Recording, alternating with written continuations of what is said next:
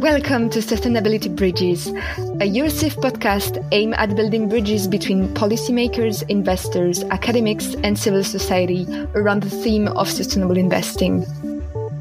Eurosif is the leading pan-European association promoting sustainable finance and sustainable investing at the European level. In this podcast, the Executive Director of Eurosif will invite distinguished guests for a 30-minute conversation on current events shaping the sustainable investing community. Good morning, ladies and gentlemen. My name is Aleksandra Palinska, and I am the Executive Director of Eurosif.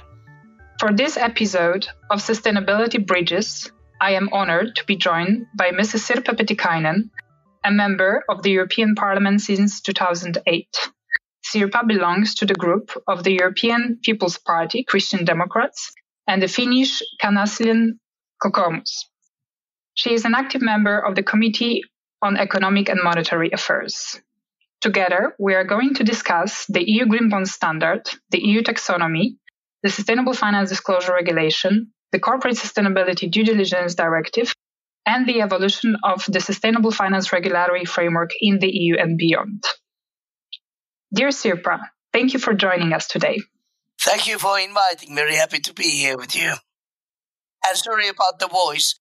It is the flu that is an allergy that is passing by and still having some remains. Well, we are very pleased that despite the health-related challenges, you are here with us today. So thank you so much. Let's maybe start with yesterday's interinstitutional agreement on the EU Green Bond Standard. What are your views on the agreement? Are you happy with the outcomes of the trilogue negotiations? Well, I would say it is the usual case. If I compare it to the level what I would have liked to be seen there, so I'm not happy.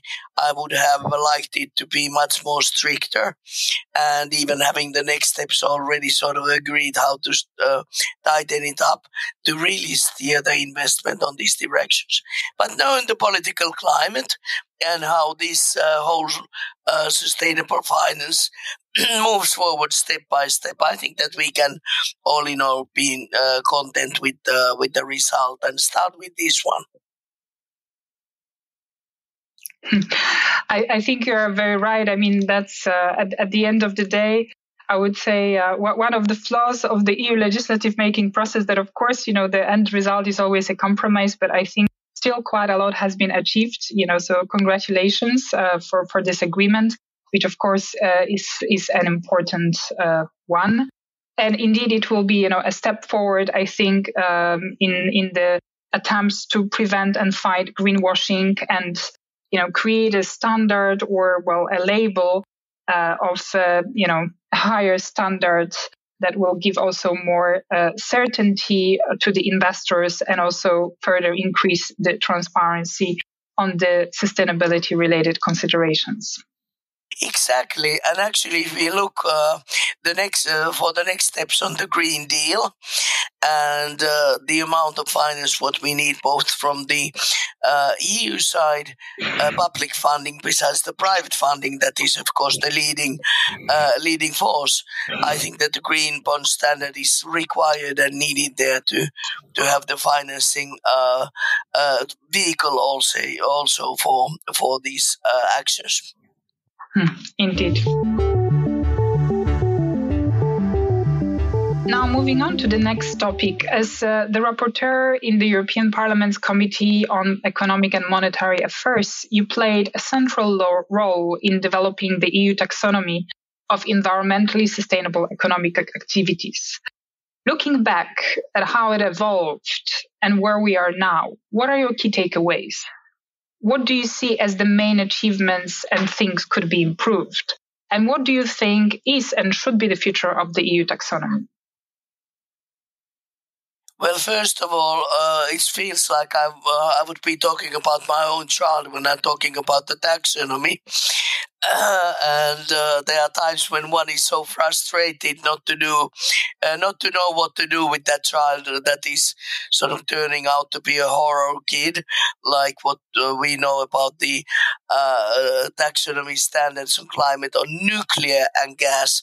And we all know now when we talk about for example, Russian nuclear and the issues with the gas, that certainly labeling them green is not the wisest idea what the member states and commission has had.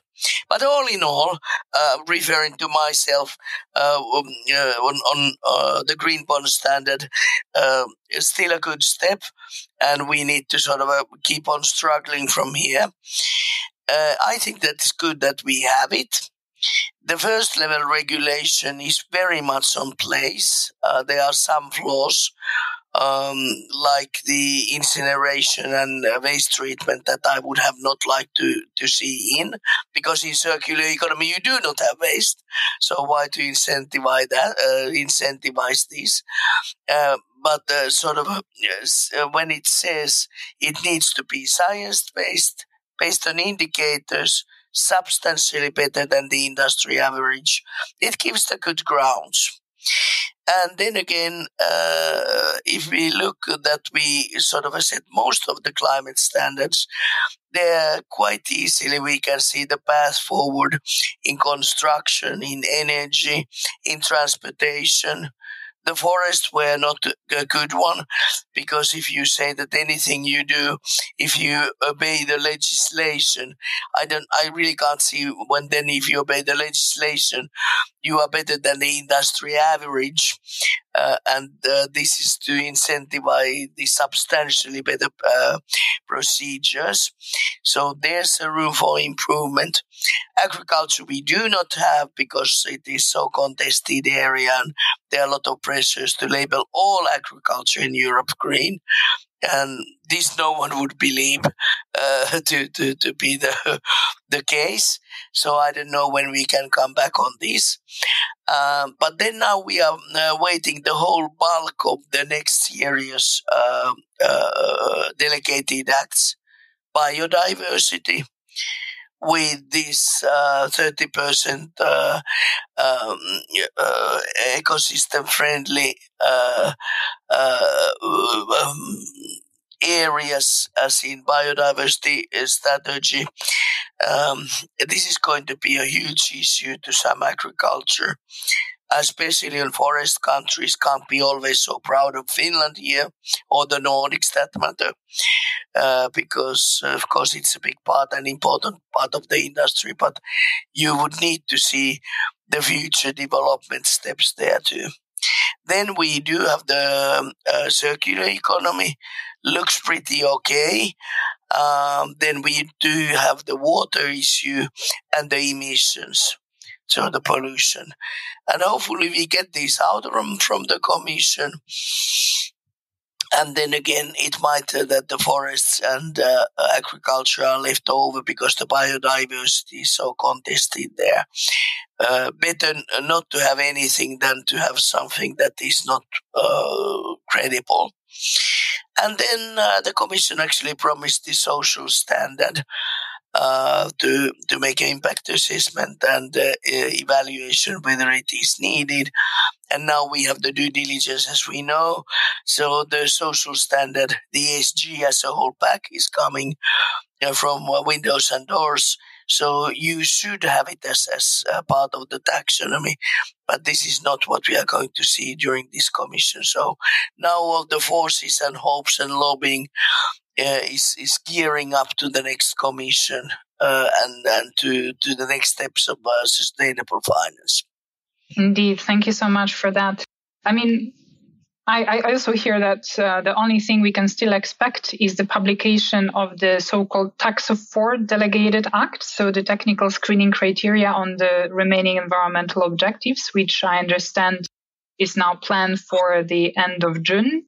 But that's it, for this Commission's mandate. But at the same time, I think it is already useful also to start thinking about the future, right? I mean, kind of taking the stock of what has been done so far within the sustainable finance agenda, and in a way what do we need next, right?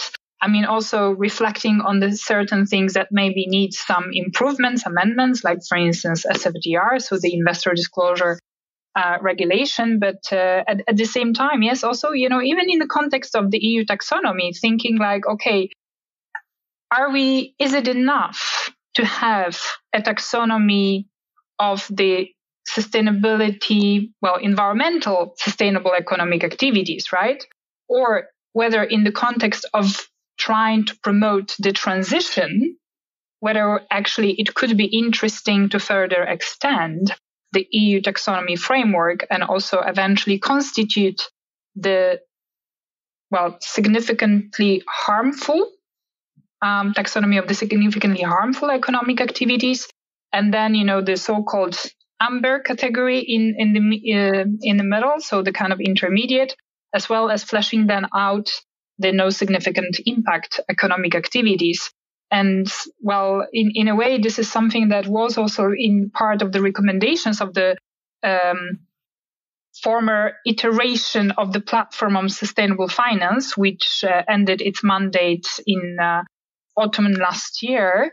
They produced a report in spring last year recommending to go further in that direction as a way to then further help, the companies that will report the information, but in particular the investors and other finance providers, saying that if we complete the EU taxonomy, that could then further help, I would say, identify which companies are truly on the, pathway towards sustainability, and also, as a kind of a tool to then maybe help incentivize certain companies move along, right? I would say different stages of the environmental, I would say, impact. So what are your views on that? Well, it was a big achievement by Parliament on the Commission proposal already to include the significant harm and the understanding of different shades of the sustainability. Because the Commission, if you remember, started with this green, and then you would only be talking about 5 to 10% of the investments. And you are so right that if we do not touch the about 30% of assets that is invested on unsustainable businesses, you can't make the transition.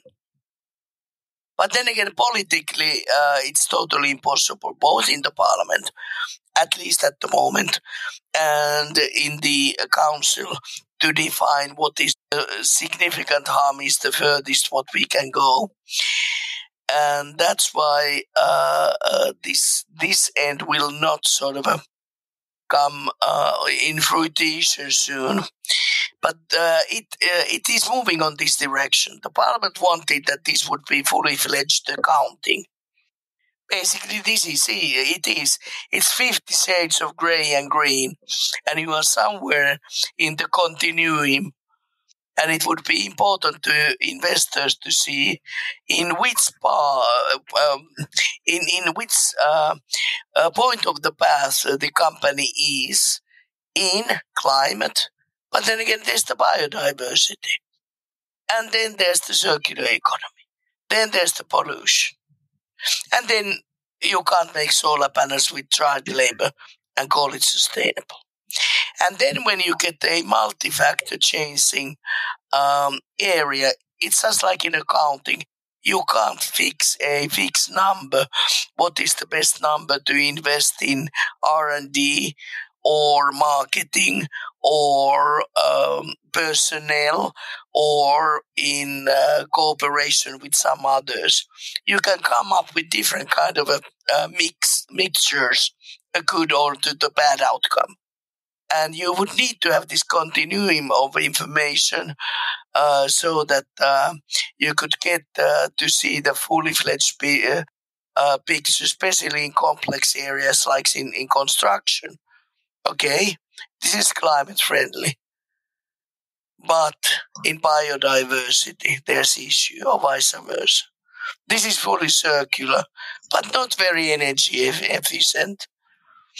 This is non-polluting,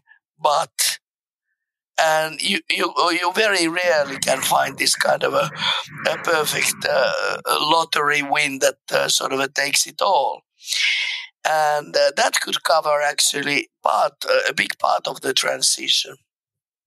I'm accepting the amber category, but I'm not very happy about that.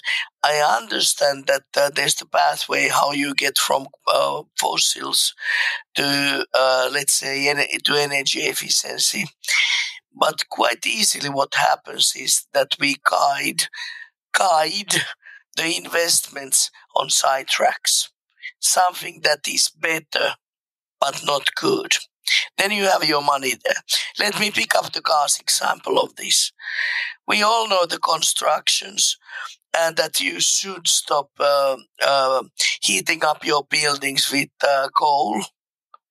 But why do you transform yourself to pipelines of gas instead of having a fully fledged energy efficiency renovation plus solar panels so that you become energy positive?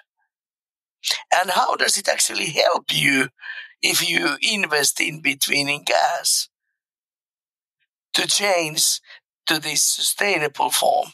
And so always there are great risks in this amber, better than that you actually are in that kind of a sunk investments where you really can't see the path forward. It is another transition and it takes more time and more money, double investment. And that's why I would like to keep it pretty stringent on talking about what is green. And transition is only that kind of a very easily transmissible. Well, for example, gas could be and easily is amber category and positive if it is in cooperation with the production of a renewable energy, where we know that you need a backup power because there's the fluctuation on production on renewables. And you can easily install and dismantle this kind of a turbines that use gas and produce the extra needed energy. So you are not sort of stuck with the investment. You can use them then later on in some other sites. And this kind of a sort of a deep looking at, on what is actually transitionally is missing at the moment. And you label all the gas, and that is not the case. You label all the hydrogen, and blue hydrogen actually might be a bigger problem than a solution. And then it would need to be a green hydrogen. And there's a lot of issues that the experts are very good at. The investors are becoming more and more understanding. Well, then again, how we are fixing this. One is, of course, the developments in IFRS. That actually sort of improves the taxonomy ideology because it extends the sustainability reporting across the categories to all big companies. Then again, especially the Stability Board and ECB is doing a lot of work on defining the climate and biodiversity risks. And that, for example, we know is in discussion with the Basel, next steps of the Basel. If you lend to fossil fuel dependent companies, you should have higher interest rates for those loans, and you should buffer it with the higher capital requirements. And then again, if it is better, for example, it would be this kind of a loan for a building to be transformed to being renewable on solar panels, energy positive and energy efficient. The loans would be lower in interest rate and lower in capital requirements on average, because this is what the future needs, and the value of the asset is going to increase, and possibly the value of asset in fossil fuels is going to decrease. And I think that is the way you get sort of the push out effect from significant harm, at least in banking, investing, and in insurance sector. You're making very important points. And I think all in all, it just also demonstrates how actually complex all of this is, right? So in a way, there is also no silver bullet, and we can't just, fix all the problems with one solution. But at the end of the day, we need a kind of a package of different measures and appropriate consideration.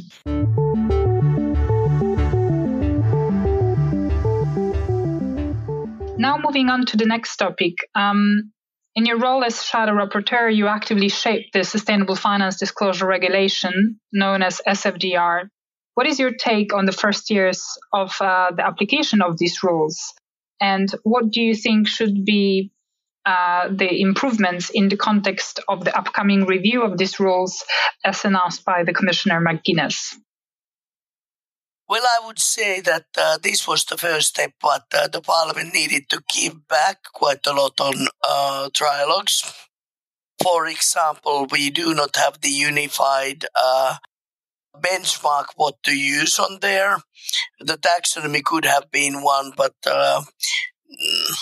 now as it is, I'm looking very much for the upcoming developments of the beyond the GDP and natural accounting and all these, because it can give the figures. You should have unified, harmonized standards, calculation methodology, and data.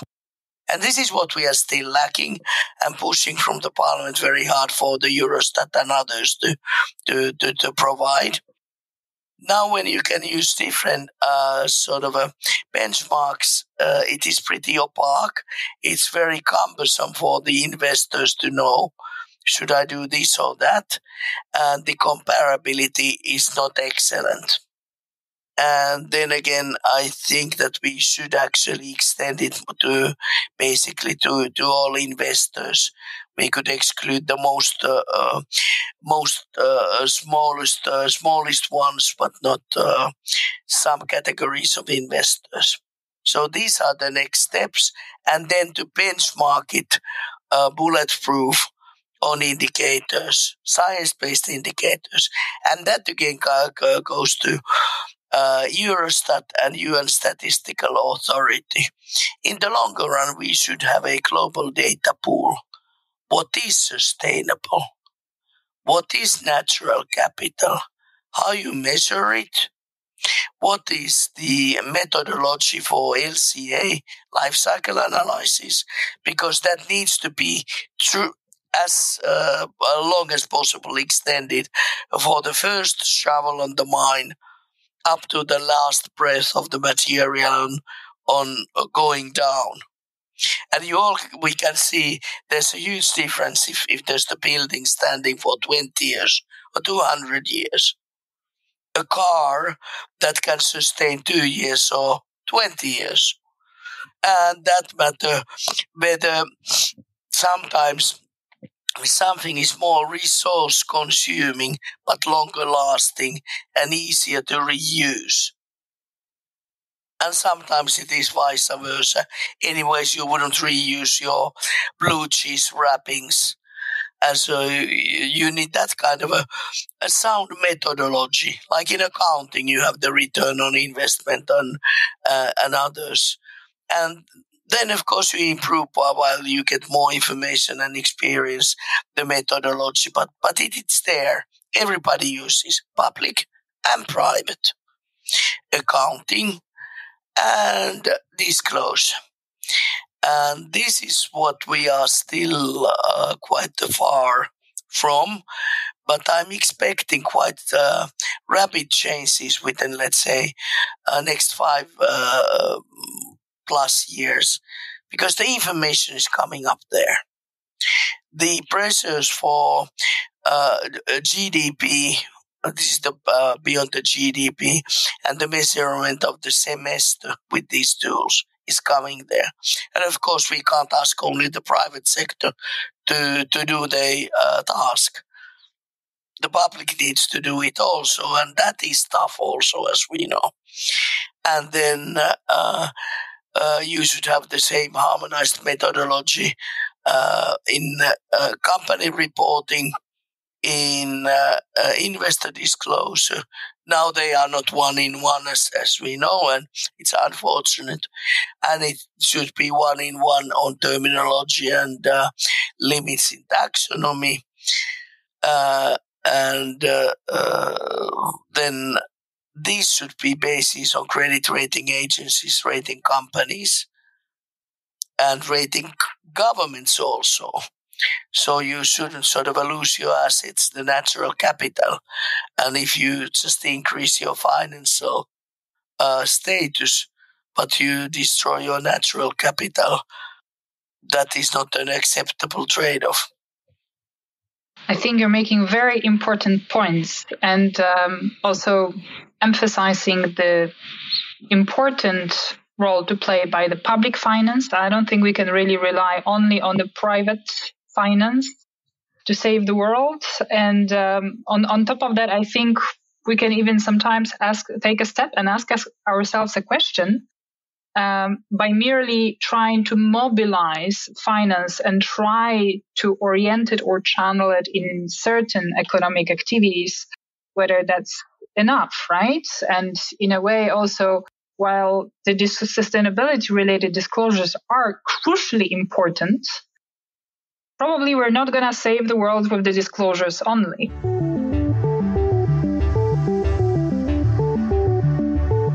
Touching upon that, let's maybe pass on to the debate on the currently negotiated Corporate Sustainability Due Diligence Directive, which indeed also, well, apart from its main focus on due diligence, on environmental and human rights matters for value chain, it also includes very important provisions in terms of mandatory transition plans and climate targets. Well, in general, in the context of this directive, what do you think are the most important provisions that should be adopted in the context of accelerating the transition towards a sustainable economy? Well, I think it is, and that is very heavily debated in the Parliament and Council, as you know. It is the director's duties. If you sit on the board, you are, of course, liable and responsible how the finances are supervised and organized in the company. So you should be, from the other sustainability actors, you can't wash your hands and say, look, I didn't know, how could I? And it should go up to the CEO. And then when there are grave impeachments, it should be always the CEO responsible. It is up to him or her to organize the internal inspections, the systems, the risk assessments. And if they are not in place, you should never be able to wash your hands out of it. Then third is, of course, the compensation. It would be unreasonable to demand all this from the leadership or the boards and then compensate only on financial returns. It needs to be reflected on the compensation, so it is a real incentive. Then it would need to have all environmental sectors. So I'm not happy. I can live with the fact that we start with the climate, but I'm not happy of saying the climate because we have too much climate-only policy, and it will take some time before we get the next round. And always when you have the climate only, you get this kind of a biodiversity or other blindness. Just pick up the palm oil. Pick up some other factors in resource efficiency, and there's the long list, and it is the sunk investments once again. So don't look only one thing, but all the environmental issues. And yes, I'm a strong advocate of the transitional plans. And actually, as you might know, according to McKinsey study, it was almost 10 years ago, the advanced companies started to having their own transitional plans. So this is not the new kid in the block. And you need to show that you are seriously thinking. Not only that you say, it's like me saying with this flu, okay, I'll run marathon. And then you ask me after 3 years what happened. And I said, sorry, forgot. It was too difficult. And to have a transition plan where you explain, okay, I'm going to get myself firstly in good shape physically. Then I'm going to eat well and sleep well and walk a lot and run, and to get the personal trainer to guide me throughout the process. And then I would have all my Excels, what have happened. And that is a credible change. But then just promising and someone asking, did anything happen, is not the way how to do it. Thank you very much for sharing this. And well, while obviously this directive, I think, is primarily targeted at the large real economy companies, there is, a big debate on the financial sector inclusion in the provisions. Do you believe it is important to also include financial sector both in the provisions with regards to due diligence and also in the scope of the Article 15, meaning the obligation to set and implement transition plans and climate targets? Yes, definitely. And I think that the biggest investors are doing that already, as we know, when it comes to especially on climate, but other environmental factors. Then it is the question how you take the social sector and social issues into account. And there we do have a lot to do technically. Or the information is there, the methodology is there, but we do have a lot of work to do so that this information would be quantitative and qualitative wise adequate for investors to make the investments, and by that way we can trust the investors and what they are doing. And of course the investors themselves act, let's say, in third countries. What we would think of an investor that invests on gas and oil in Russia at the moment. Quite clearly, the judgment is out there already, and there are expectations. And I think that the investors, compared to many other industry sectors, are far, far more advanced and ahead. So it's not going to cause problems. It's the big problem how they do get the information from the sources where they invest to. Thank you very much. Now, taking a step back at what has been done within the sustainable finance agenda so far, what do you think needs to be achieved next? What do you think should be the priorities pursued by the European Commission in the months and years to come? Well, I think, and I see it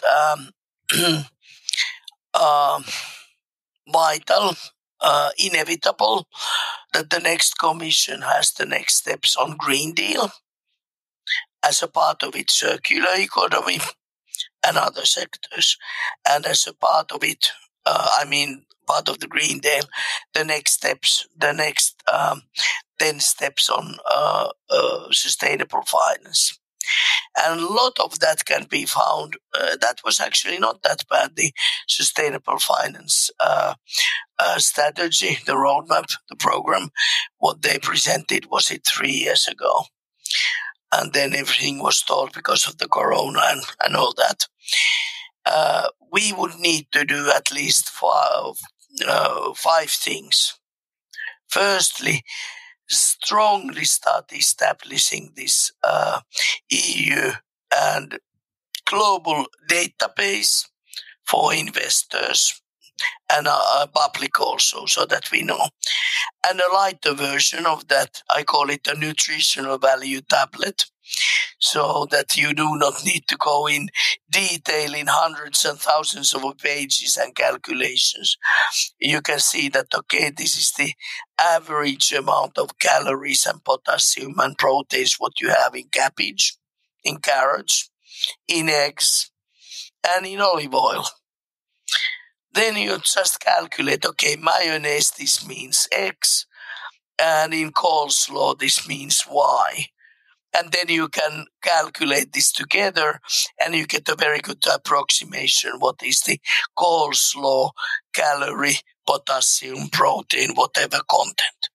And for small investors, for SMEs, it is vital that they would have that kind of a database where they can check, okay, my building, the size, the material, the energy consumption, what kind of energy. Are we using a car fleet? What kind of a cars? How many kilometers? The footprint is this or that, and so forth. And it would help them and guide them to make a healthier choices when they are that kind of a packages like the coleslaw. If I work with this partner, it means that at least these things are taken care of. Okay, this is one of my dreams, and this needs a lot of time, and that's why the most important to start early on. Second is the beyond the GDP. So put the same do no significant harm and ESG principles and due diligence on public sector, member states, different European funds, European budgets, and so forth. The third is to push the IFRS further, and then the database and this kind of a nutritional value, sustainability value tablet in global scale. And then on the rest of the roadmap, it is the basically same stuff what we have seen and what I said. Include all the lending and insurances, put the banks and capital requirements in line with this. Ensure that credit ratings include the sustainability ratings for public and private. Look through all the EU 27 bits and pieces of regulation to harmonize the sustainability perspective in there. Somewhere it is, somewhere mostly it is not. Just picking up MiFID as an example. And then when we have the bigger picture, we should sort of harmonize and to see that this thinking is relevant, harmonized, and with same footing in all different banking regulation, be it venture capital, be it insurance, retail investor protection, or whatever branch capital markets union. Thank you. I think indeed we have still plenty to do and to achieve. Now, looking into the EU elections, what do you think we can expect? I mean, in terms of, do you think there is hope and chance that we will be still able to be ambitious in the future with regards to the sustainable finance and sustainability overall? Well, I'm hopeful. I duly hope so, because there are more and more people understanding why this matters, that this is not a matter of taste. Do you prefer raspberries or strawberries? It is a matter a bit like a doctor tells you that now you have a breast cancer, you better act. You don't start saying, you might consult another opinion if you don't believe, but you don't start bargaining. Nah, not operation this year, maybe next year or the year after. And you don't say, what about other treatments like the radiation treatment? No, I won't take them. Sounds horrible. I take just half what you suggest me to do. Because everybody knows how stupid that would be. And it is exactly the same here. Why to do halfway? Why to look short term? In quotes, interest, member state interests, like this gas and nuclear forest, as I said, because it leads to stupid solutions that are more difficult to fix a bit later on. And this is what I'm hoping that more and more people and businesses is getting and voting accordingly. But what I can see is then the difference, and you can see it very easily in the parliament. It's the big division. Those ones who get it, and the ambition level is substantially high. Then tenfold resource efficiency, not harming biodiversity, rewildering 30%, and so forth, sustainable finances and so on.